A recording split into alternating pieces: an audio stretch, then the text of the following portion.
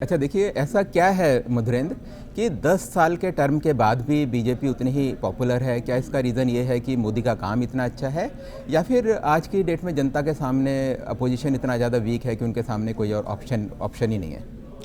Manoj sir, हम लोग देख रहे हैं 2014 से आगे की तरफ बढ़ते हैं और 24 तक चले आते हैं तो भारत में चुनाव का एक पैटर्न बदला है। अब ये चुनाव जो है वो प्रेसिडेंशियल इलेक्शन काइंड ऑफ हम देख सकते हैं, जिसमें एक चेहरा दिखाई देता है और एक स्टारडम दिखाई देता है। उस चेहरे के बनाम कौन खड़ा होता है, ये एक बड़ी लड़ाई के तौर पर हम देखते हैं। तो जाहिर है कि पीएम मोदी के चेहरे के सामने, नरेंद्र मोदी के चेहरे के सामने कोई चेहरा ऐसा प्रस्तुत करने में इंडिया अलायंस जो है वो सक्षम दिखाई नहीं दिया। और ज़मीन पर जब हम जाकर बात कर रहे हैं, लोगों से हम इंटरेक्ट कर रहे हैं, तो लोगों के बीच जब सीधा सवाल पूछते हैं कि किसे प्रधानमंत्री चुनेंगे, पीएम मोदी का विकल्प कौन है, तो पब्लिक जो रिप्लाई करती है उसकी रिप्लाई में भी हम रीड करने की कोशिश करते हैं और पब्लिक खुद कहती है कि कोई विकल्प तो नहीं है। तो पीएम मोदी का कोई विकल्प तो साफ तौर पर इस देश में नहीं दिखाई देता। और ये ताकत है बीजेपी की, जिसके बदौलत हम देख रहे हैं कि एग्जिट पोल सीधे तौर पर बीजेपी को फायदा पहुंचाते दिखाई दे रहे हैं। और यही सबसे बड़ी कमजोरी है विपक्ष की, जिसके चलते हम देख रहे हैं कि विपक्ष के साथ जनता, हालांकि नैरेटिव करने में विपक्ष कामयाब रहा, जैसा कि आपने खुद कहा, वो हमने देखा कि कास्ट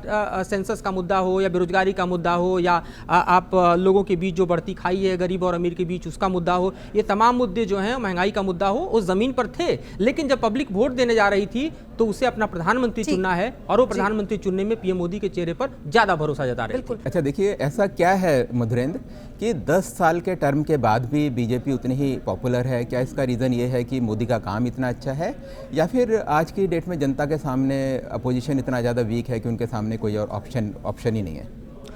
मनोज सर, हम लोग देख रहे हैं 2014 से आगे की तरफ बढ़ते हैं और 24 तक चले आते हैं तो भारत में चुनाव का एक पैटर्न बदला है। अब ये चुनाव जो है वो प्रेसिडेंशियल इलेक्शन काइंड ऑफ हम देख सकते हैं, जिसमें एक चेहरा दिखाई देता है और एक स्टारडम दिखाई देता है। उस चेहरे के बनाम कौन खड़ा होता है, ये एक बड़ी लड़ाई के तौर पर हम देखते हैं। तो जाहिर है कि पीएम मोदी के चेहरे के सामने, नरेंद्र मोदी के चेहरे के सामने कोई चेहरा ऐसा प्रस्तुत करने में इंडिया अलायंस जो है वो सक्षम दिखाई नहीं दिया। और ज़मीन पर जब हम जाकर बात कर रहे हैं, लोगों से हम इंटरेक्ट कर रहे हैं, तो लोगों के बीच जब सीधा सवाल पूछते हैं कि किसे प्रधानमंत्री चुनेंगे, पीएम मोदी का विकल्प कौन है, तो पब्लिक जो रिप्लाई करती है उसकी रिप्लाई में भी हम रीड करने की कोशिश करते हैं और पब्लिक खुद कहती है कि कोई विकल्प तो नहीं है। तो पीएम मोदी का कोई विकल्प तो साफ तौर पर इस देश में नहीं दिखाई देता। और ये ताकत है बीजेपी की, जिसके बदौलत हम देख रहे हैं कि एग्जिट पोल सीधे तौर पर बीजेपी को फायदा पहुंचाते दिखाई दे रहे हैं। और यही सबसे बड़ी कमजोरी है विपक्ष की, जिसके चलते हम देख रहे हैं कि विपक्ष के साथ जनता, हालांकि नैरेटिव करने में विपक्ष कामयाब रहा, जैसा कि आपने खुद कहा, वो हमने देखा कि कास्ट